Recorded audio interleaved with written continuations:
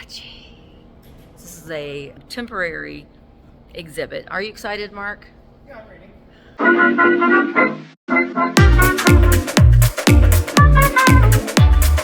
Hello everybody and welcome back to The Misty Show. Today's video I am in Las Vegas, Nevada, and we are at the Nevada State Museum. I am a big Liberace fan. Many of you maybe don't know that, but there is a temporary exhibit here at the Nevada State Museum, but we're going to explore the whole museum today. There's a lot of things to see. So we were kind of tired of the casinos and la-di-da in Las Vegas, and we wanted to get a little bit more culture. And it doesn't hurt that Liberace has an exhibit here. So we're going to go into the State Museum today and come along with us. So when you walk in, you see the museum store. I'm already seeing some Liberace merch in there I'm going to have to pay a little attention to. We do have some students. I don't want to film because we do have some students here that are here on a field trip. So we're going to walk past that. We've got a research library and then an information desk there. And then when you walk in here, you see, look at the big mastodon. So being from Indiana, we're gonna see creatures and critters that we don't normally see in our state. I mean, they have found dinosaur bones in Indiana, but we've got this guy. Oh, look, there's part of it. This is dinosaur specimen from the Willow Tank Information of Northern Nevada. This is a dinosaur femur, and they've got these little magnifying glasses that you can really see. That's amazing. Oh my gosh, that's kind of a cool picture. Look at this guy. He's ready to chomp in. Well, I guess that guy's getting eaten, so maybe he's like, sorry, Clyde, you're dead now. He looks like he's getting ready to fight back. They're all just watching all of the carnage over here. Well, rest in peace, buddy. And that guy's like, I'm out of here.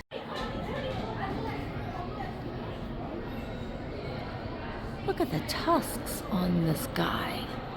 Holy tamale.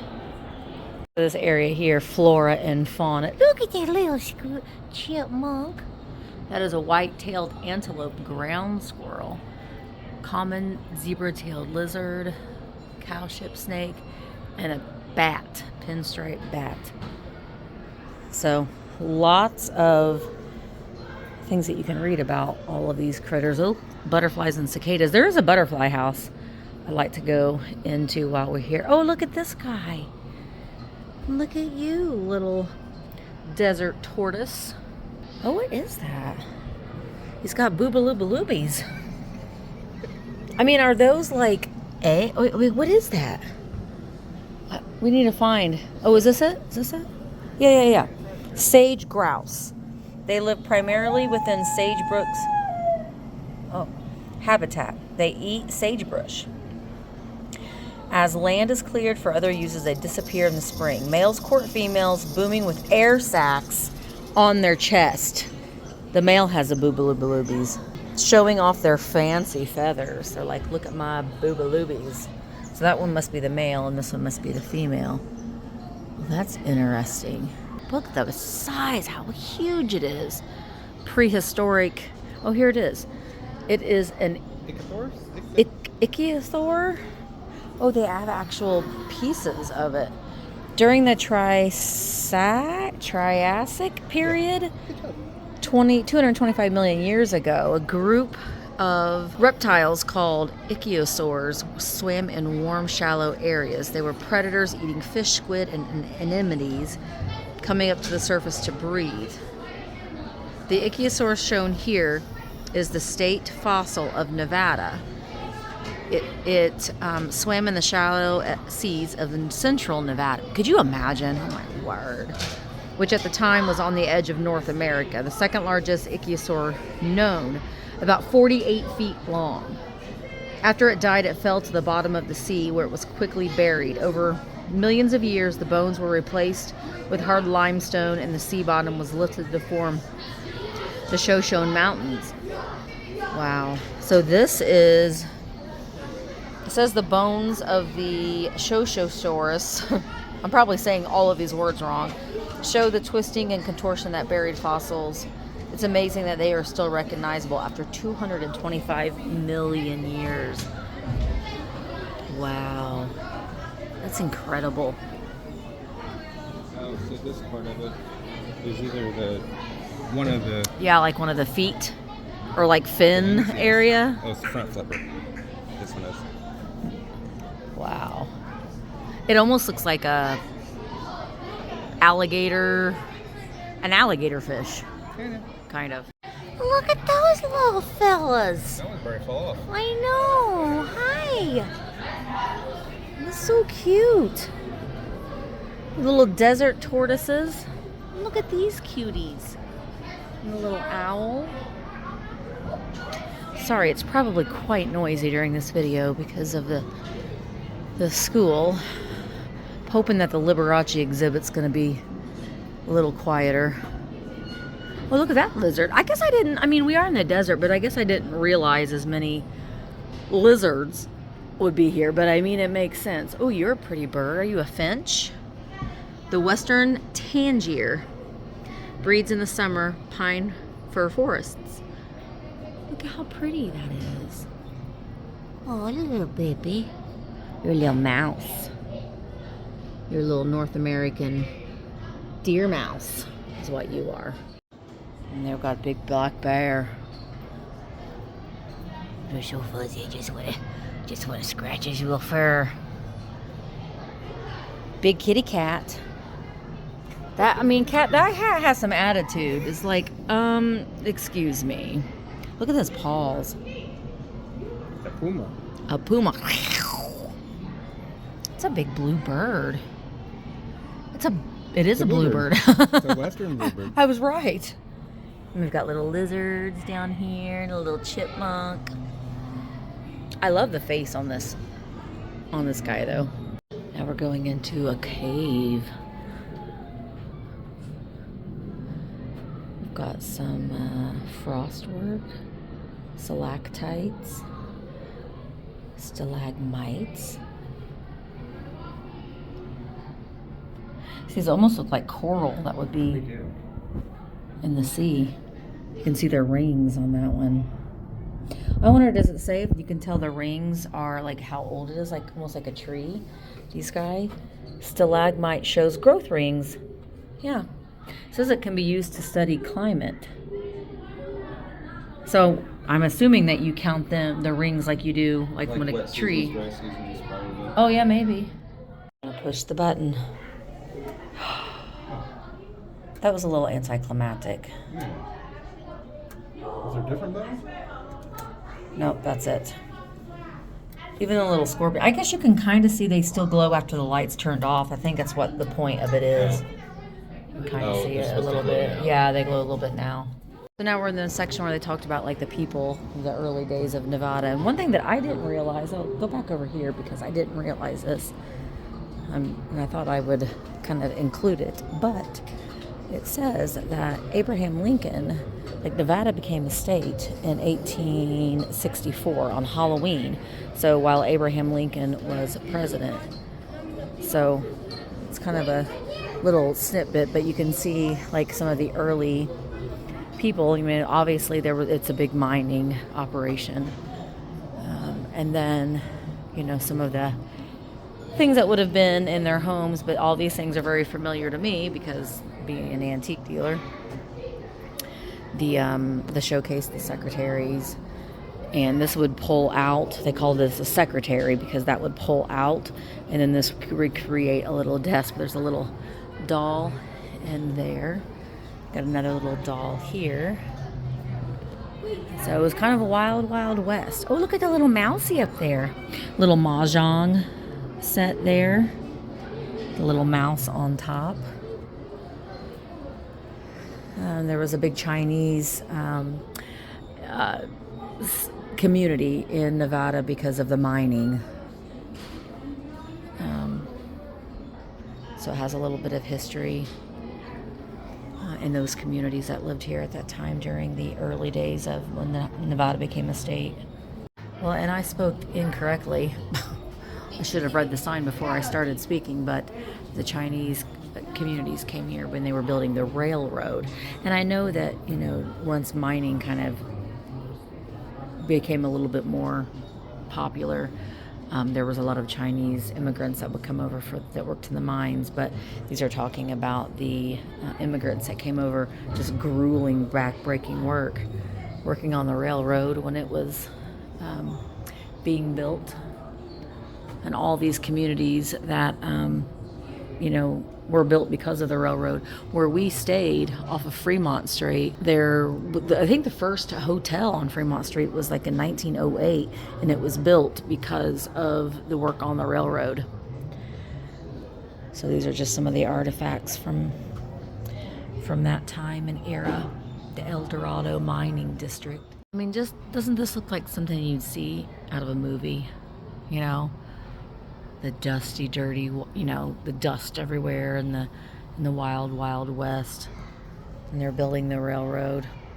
And another little city that I'd like to go to is Boulder City, which was also built because of the railroad, but a lot of the hotels and that sort of thing happened because of the work that was on the railroad. He was born after his father was murdered. So here's a little snippet about Reno. Not being a Nevada person, I just oh yeah, Reno's in Nevada. It is. So the story about Reno is that in 1910, Jack Johnson, which was the first African-American heavyweight champion, which was this fight right here, happened in 1910. So that happened in Reno. And Mary Pickford, she got a divorce in 1920, and then that made Reno become the divorce capital of the world. Apparently you could get a quickie divorce in Reno. So I don't really know. I mean, I don't know much about Reno, but you can gamble there too. And it's kind of a party city too, but let me know in the comments.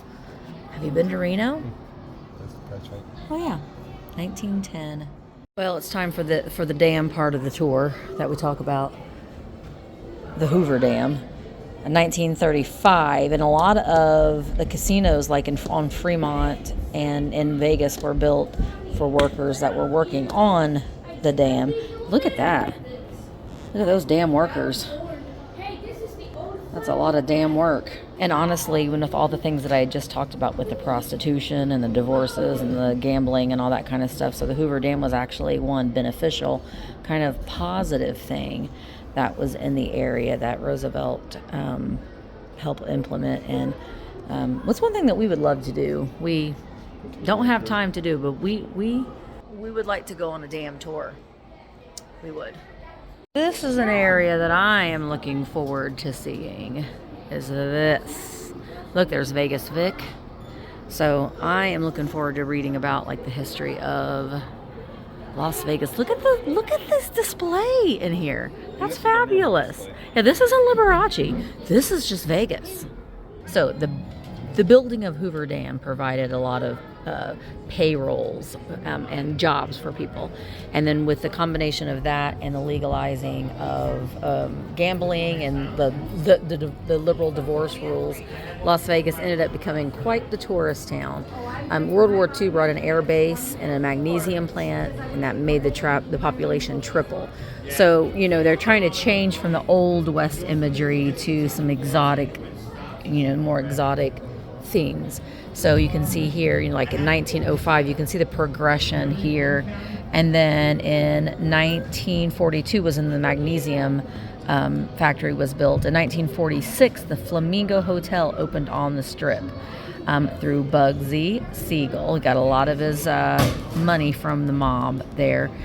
So he kind of glamorized Las Vegas. You can see all these souvenirs from Las Vegas. Yep. Gold Nugget, that's where we stayed. And then they did do some nuclear tests in the 1950s, and they kind of capitalized on that a little bit in the atomic age. The Moulin Rouge was a first racially integrated hotel in 1955. Howard Hughes, he was an interesting character, obviously. You've heard of Howard Hughes before.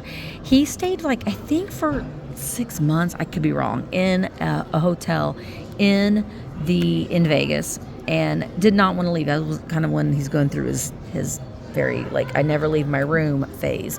He didn't want to leave, so he ended up buying the hotel for like $13 million just because he didn't want to check out, basically. I'd just buy it. And he did. So that was kind of an interesting story. So, and then all the mega resorts opened in the 80s. But this is just a cool area here of a lot of Las Vegas history, the glitz and the glamour.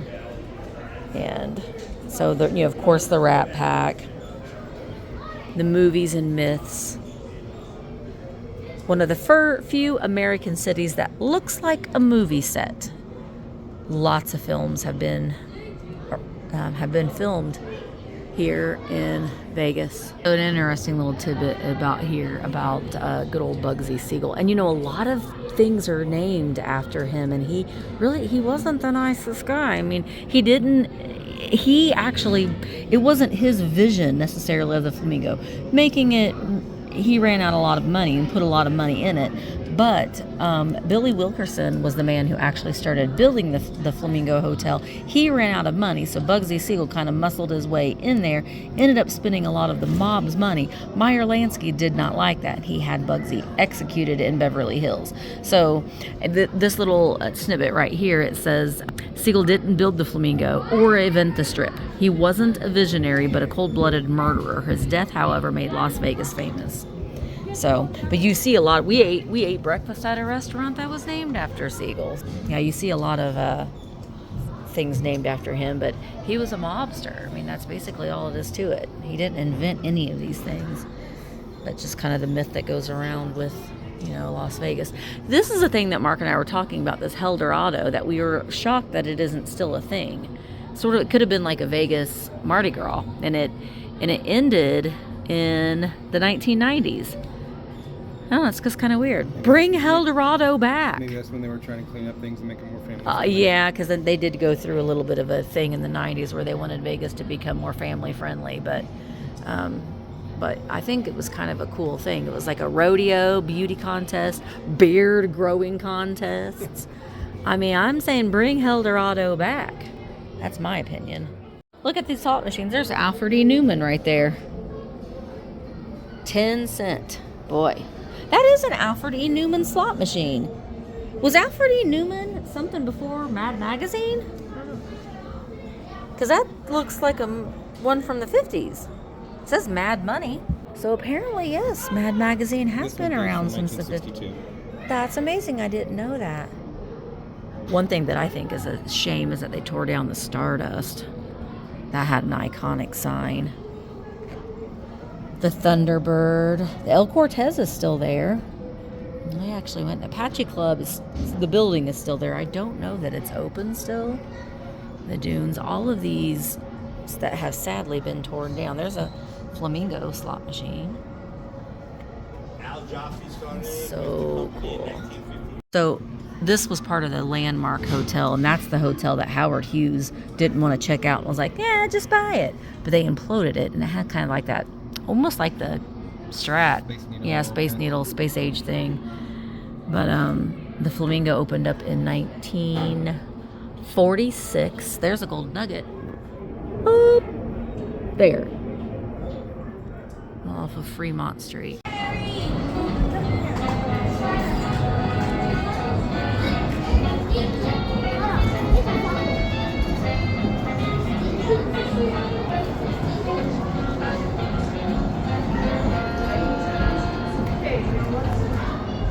Looking at some of these headdresses here, and this is amazing.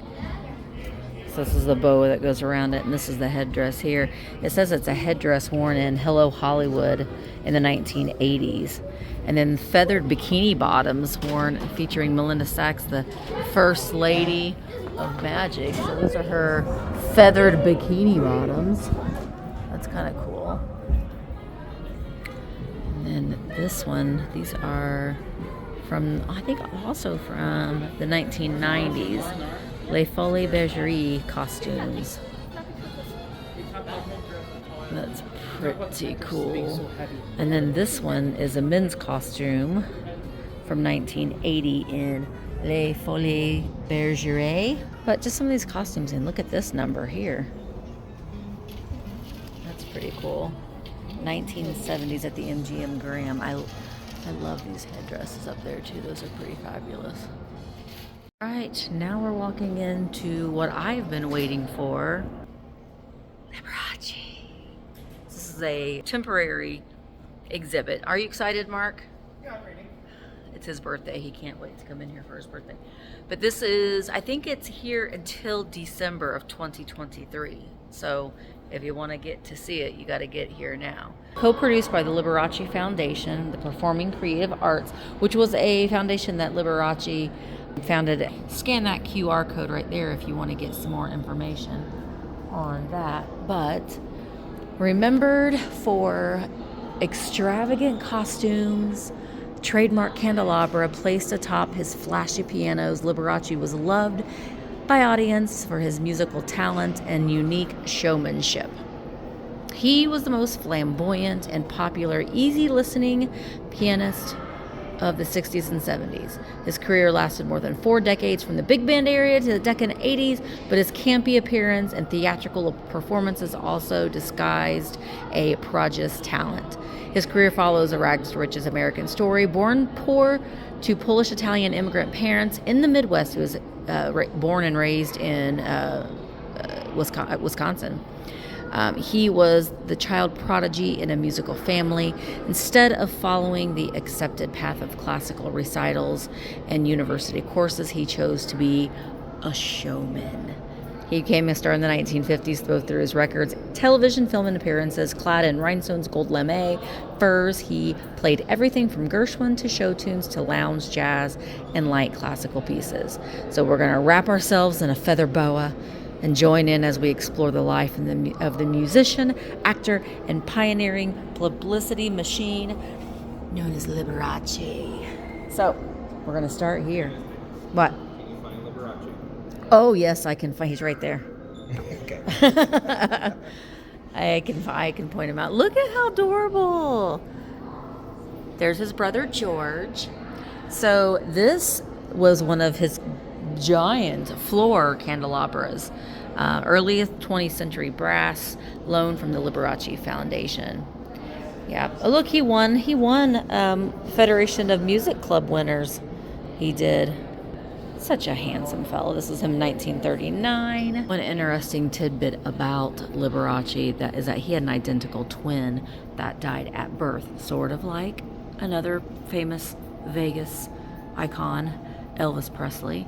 And he was a musical prodigy. His his father was a professional musician, and his mother was also a really good piano player, and his brother George was a violinist. All right, so we'll start here with these costumes. So the silver beaded jacket with electric candelabra. I don't know. Oh, I was like, electric candelabra. Okay, look at it looks like a brooch right there. And then scroll down here, you see in a little, he could turn that on and make his candelabra light up. This is from 1959. And the rhinestones were set in Tiffany mountings. And you can kind of see, okay, let me see if I can zoom in. The whole jacket itself, you see right there, they're little light bulbs. So the whole jacket would light up. That's pretty cool. And then this one, the gold lame jacket from the house of Dior with the L for Liberace. Aw, Liberace wore these. That's amazing. So the invention of TV was a great thing for Liberace because he saw an opportunity and he took it. And you can see he was selling out and making he was making $138,000 for a performance in 1954. So he started to capitalize on, his popularity and his showmanship. You can see he decided to just drop his whole name and just went by Liberace, and he had to phonetically sound it out for people. This was in 1947. And then he performed at the Riviera, which is no longer here, unfortunately. He cut the ribbon at the Riviera there. Oh man, I just wish some of these hotels were still here. Now, he had been known to kind of discover Barbra Streisand. She opened up for him, and she didn't get a lot of traction there, and he saw an opportunity as Liberace does, and he opened up for her. He was kind of like, he warmed up the audience basically, and then they just dubbed that as like Liberace personally chose her, and then that attributed to her success. And then Elvis learned a lot from Liberace as far as the showmanship, you know, the gold lame suits and all the sparkly things that Elvis did later on in his career. After after the 1950s, he got a lot of inspiration from Mr. Showmanship himself. And there's Elvis sitting in the audience at the Riviera Hotel show. Liberace went to one of Elvis's concerts, and the Colonel came and said, you know, how could they make it a little bit better? And Liberace said, the show needs more glitz. And that next spring, that's when Elvis started wearing the gold lame jacket and became a little bit more theatrical with his performances. So thanks, Lee, for schooling that young fella right there. We all know how that turned out. This is pretty cool. So this Candleabra with traveling trunk. You know, that's the way Liberace did it. You know, he had to protect his candelabras. They were just a part of his show as a piano. Metal cloth gold class paint on loan from the Liberace Foundation. It's amazing. Wow. And then on the side here it says, this end up, because it's class. Liberace. One thing about Liberace, he was an avid collector, and you can see his some of his piano collections that he had. This one is mid-20th century, ceramic. Then we've got some from France. This one's from Japan. This one's from India.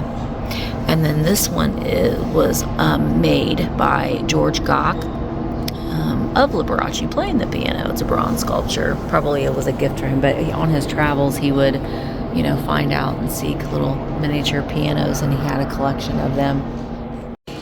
See, there's George and Lee looking at their little mini pianos. It's one thing I think a lot of people don't realize about Liberace, that he was a devout Catholic. In 1963, he was trying to clean one of his own costumes, and he inhaled a toxic amount of dry cleaning fluid, and he suffered kidney failure, and he was given a 20% chance of survival after that.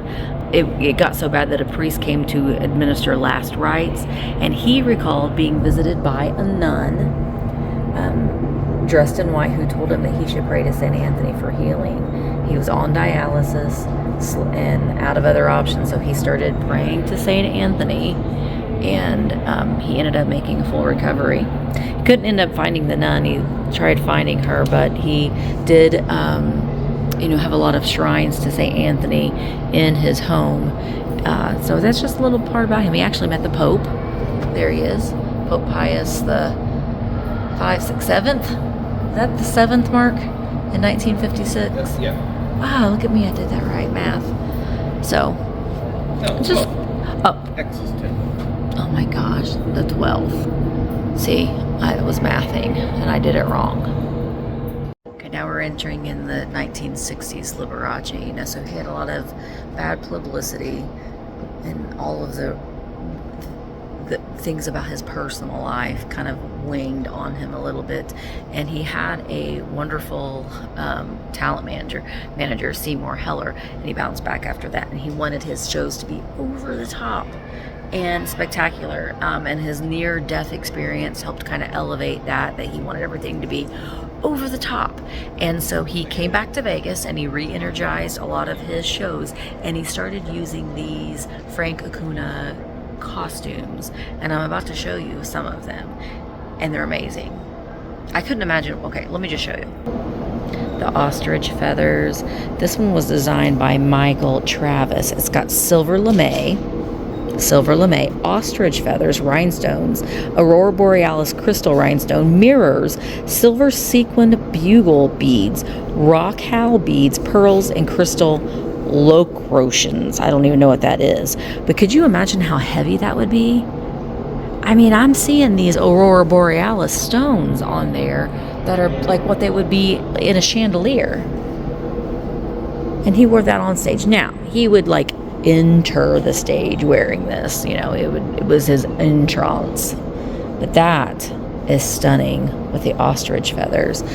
And then we've got this one is a purple damask suit of tails.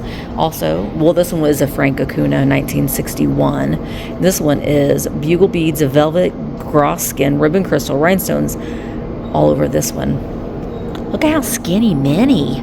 He's skinny mini fella in that one. This one here, this one's looking like, this is very Elvis-esque. This is 1974, and it says this is denim, crystal stones, rhinestones, metallic silver fabric, and silver chains.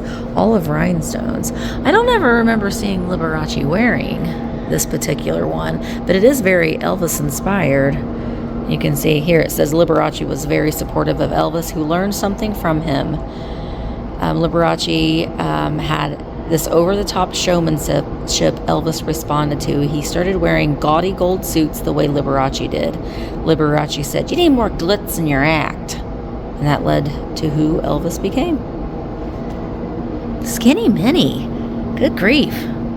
Skinny Minnie, little Liberace. Mark told me I need to come and look at the back. Oh, that's so cool. Pleated bell bottoms with the matching shoes. That's amazing. Sparkles. So if I could go back in time, one thing that I would love to be able to do would be go to one of Liberace's dinner parties. He loved to cook. That was one of his most favorite things to do. Now, I have heard that he loved to cook, but wasn't necessarily the greatest cook, which I can relate to, because I'm not either. But I would have loved, because he really put on, I mean, he's Mr. Showmanship. So you can imagine, he still put on, it was all out when he had his dinner parties. See here, this was one of his houses in, I think this one, what doesn't say where, oh, Palm Springs. At the cloisters in his Palm Springs home. But that's him on his barbecue. That's him with his mama. His mom loved to cook. Cooked a lot of meals for him. He actually even would bring utensils and stuff and cook in his hotel. Yeah, see here, he was cooking at the Palmer House in 1948. Look at him preparing dinner for his co-workers. Traveling with a stovetop so he could cook for himself. But that would be like a dream of mine. I actually have this book, and I really want to do some cooking. I don't have that one. I'm gonna have to try to find Liberace Cooks. I have watched the videos, because YouTube has a lot of videos from this cookbook. But look at the hood. It's a piano. But I do have that book. And then look at this. These were his things. He liked nice things. Late 19th century table with a marble gold leaf. His chairs to match. The Copeland Spode. Duck plates. This gold mirror. Hi. This is me looking at you in Liberace's mirror. Mark, you want to come and look in Liberace's mirror? Liberace looked through that mirror. He did. Look through the mirror, Mark. That's us. Liberace's mirror. There is Mama right there, Frances Liberace, who was a character and loved the slot machines. She did. More costumes back. Look at that. It's the back of this pink number here. This is a Fabergé costume from 1985. Look at the shoes. The shoes match the sleeves, and the rhinestone heart brooch on the collar. And And then this costume is considered one of his most spectacular, the Fabra Cape, designed by Michael Travis in 1985. Pink turkey feathers, cotton duck fabric, lame, silver bugle beads, crystal roe cow beads, and crystal rhinestones and pearls. From his memorable show at Radio City Music Hall, it was worn during all 21 performances. He would make his entrance in this flamboyant costume with the cape, emerging from a 12-foot replica of a Fabergé Easter egg. Of course he did. Of course, you can see the little butterfly there. But could you imagine how heavy that would be? Wow. We got this little baby blue number here. This one's from the 1980s. Michael Travis designed. You can see like all the little rhinestones and the seed beads, and each like individual little teardrop rhinestone hanging from it. And again, the shoes that match it perfectly. I mean, zoom in there. I mean, those are individual little beads in there. Yeah, you can see all individually sewn in there, and all of the rhinestones on the sequins, I guess that's the word I'm looking for, on the collar, all individually on there. This purple one right here, from 1983-84, also designed by Michael Travis. This one's cool. I'm going to kind of go over here to the side to see, because it's kind of like swirly, that swirly design in there. That's amazing. And even the shoes and the rhinestones all over the pants. Let me see the back of the jacket as well. It's amazing. In this cabinet we've got some of his shoes and bow ties and his slippers. I love to look at the wear on these. I mean, he wore those. Even those are all like hand sewn rhinestones and like little woven fabric shoes as well. And then the rhinestone piano. Isn't that amazing? Ooh, look at the sparkle. Ooh, look at that, look at that. And the lucite lid. And the rhinestone suit. See that? Move the camera up and down so you can see it sparkling. Also Michael Travis from 1982. I mean, that's a party right there. Let's get the back of the suit too. And again, how intricately we've got those Aurora Borealis stones all around it, and the crystals, almost like a chandelier crystal, and pearls. This had to have been heavy to wear. And the rhinestones go all the way down to the shoes.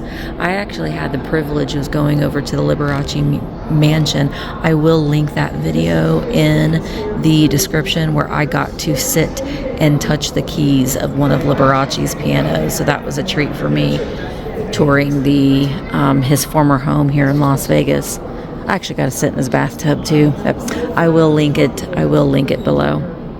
I have that. I have like 3 or 4 of these dolls. Oh my gosh, if they sell this in the bookstore or in the gift shop, I'm gonna have to get the pop out and play book of Liberace. That's so fun. Yep. Madame Alexander made the Liberace doll. But here we got Liberace in pulp culture too, with Family Guy, Bugs Bunny, The Simpsons, and a Liberace slot machine. Mark, That's the one that you would play. I would play that. I would put all my money in the Liberace slot machine. Okay, also I don't have this record. I do have this record. This record is not this is like my least favorite Liberace. Sorry, Lee, but it's I don't like this one. It's a lot of like modern songs in the 70s. He is trying to be a little bit too hip. Not a fan. I'll Be Seeing You is one of my favorite songs from him, but I love that record. This one's not my favorite. Just throwing that out there. So here is one of Liberace's cherub chandeliers. I sat in that. I sat in your bathtub, Lee. And I wanted to, because at the beginning of his television shows, he was sitting in the bathtub just like this with the bubbles, and he had a little piano right here, and he'd go bloop, bloop, bloop, bloop, bloop, bloop, bloop. So I sat right there in that bathtub. Leaping lizards, it's Liberace. Over the top. I love you, Liberace. Okay, so that was amazing. And I got to meet 2 people that are like, there's like a Liberace Extravaganza Fest apparently going on this week via Facebook group. So I'm joined the Facebook group. They've been touring around. They went to his homes in LA and Palm Springs, and they had a dinner at his house here. And I'm like, what? So I've joined that Facebook group, and so maybe I can go on a Lee Liberace excursion. Maybe. So that was thrilling. So that was great. All right. So I am going to, this was a lot. I'm going to go ahead and end the video. So the Nevada State Museum is a wonderful place. There are other things to see. I'm just going to spend the rest of the day not filming and just kind of hanging out with Mark since it is his birthday today. Not filming a little bit, but this was a great place. So thank you guys so much for coming with us. Thank you so much for spending a little time with Liberace. And please don't forget to subscribe, and I'll see you in the next one. Bye, guys.